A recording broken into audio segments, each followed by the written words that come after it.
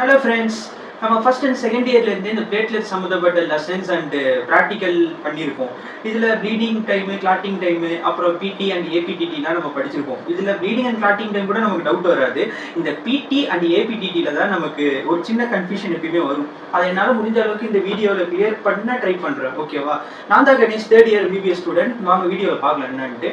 பிடியோட full form என்னன்னா prothrombin time. ஏபிடிடியோட full form என்னன்னா activated partial த்ரோம்போபிளாஸ்டின் time. இப்போ இது ரெண்டுத்துக்குமே என்ன வேலைன்னு ஃபர்ஸ்ட் தெரிஞ்சுக்கணும். அதுக்கு முன்னாடி உங்களுக்கு அந்த கோஆகுலேஷன் பாத்வே தெரிஞ்சுக்கணும். கோஆகுலேஷன் பாத்வே ஃபர்ஸ்ட் இயர்லயும் படிச்சிருப்போம், செகண்ட் இயர்லயும் படிச்சுட்டு இருந்திருப்பீங்க, படிச்சிருப்போம். ஓகேவா? அதுல coagulation pathway intrinsic pathway and extrinsic பாத்வேன்னு ரெண்டா பிரிப்போம். இதுல இன்ட்ரின்சிக் பாத்வே அதுல நிமோனிக் நான் வச்சுக்கோங்க. 10E10னா T for 12, E for 11, N for 9, இன்னொன்று E for வந்து 8, அப்புறம் கடைசியா இருக்கிற 10 வந்து ஃபேக்டர் 10. ஓகேவா? இதுதான் மெயின் இன்ட்ரின்சிக்ல.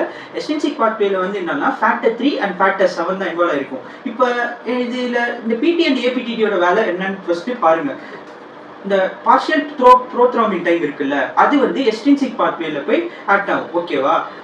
எப்படி அது ஆக்டிவேட் ஆகும்னா, நம்ம உடம்புல வந்து த்ரோம்போபிளாஸ்டின் ஆக்டிவிட்டி இல்லைன்னா எனி இன்ஜுரி ஏற்பட்டா எக்ஸ்ட்ரின்சிக் பாத்வே ஆக்டிவேட் ஆகும். அப்படி ஆக்டிவேட் ஆச்சுன்னா பிடி இந்த இதில் வேலை பார்த்து ஃபேக்டர் 3 ஃபேக்டர் 7 ஆக்டிவேட் பண்ணும். அதுக்கப்புறம் வந்து ஃபேக்டர் 10 ஆக்ட் ஆகும். ஃபேக்டர் 10 என்ன பண்ணும், ஃபேக்டர் 5 அப்புறம் வந்து ஃபேக்டர் 1 ஆக்டிவேட் பண்ணி ஃபிப்ரின் கிளாட் வந்து ஃபார்ம் பண்ணும். இது பிடியோட வேலை. அடுத்து ஏபிடிடி வந்து எங்க ஆக்ட் ஆகும்னா எக்ஸ்ட்ரின்சிக் பாத்வேல ஆக்ட் ஆகும். ஓகேவா?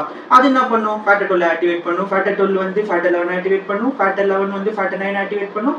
அப்புறம் ஃபேக்டர் 8 ஆக்டிவேட் ஆகும். அப்புறம் வந்து திரும்ப ஃபேக்டர் 10 ஆக்டிவேட் ஆகும். அதுக்கப்புறம் வந்து காமன் பாத்வேக்கு வந்துடும். அந்த ஃபேக்டர் 1 வந்து ஆக்டிவேட் ஆகி ஃபிப்ரின் கிளாட் ஃபார்ம் பண்ணும். ஓகேவா? இதுல இந்த கடைசியா ஃபிப்ரின் கிளாட் ஃபார்ம் ஆகுதுல, இதை வந்து ஸ்டெபிலைஸ் பண்றோட வேலை தான் ஃபேக்டர் 13. ஓகேவா? நான் நம்புறேன் இந்த வீடியோ உங்களுக்கு ஹெல்ப்ஃபுல்லா இருக்கும்ட்டு. மேலும் நிறைய கண்டென்ட்ஸ் பார்க்க என் சேனலை ஃபாலோ பண்ணிக்கோங்க. தேங்க்யூ.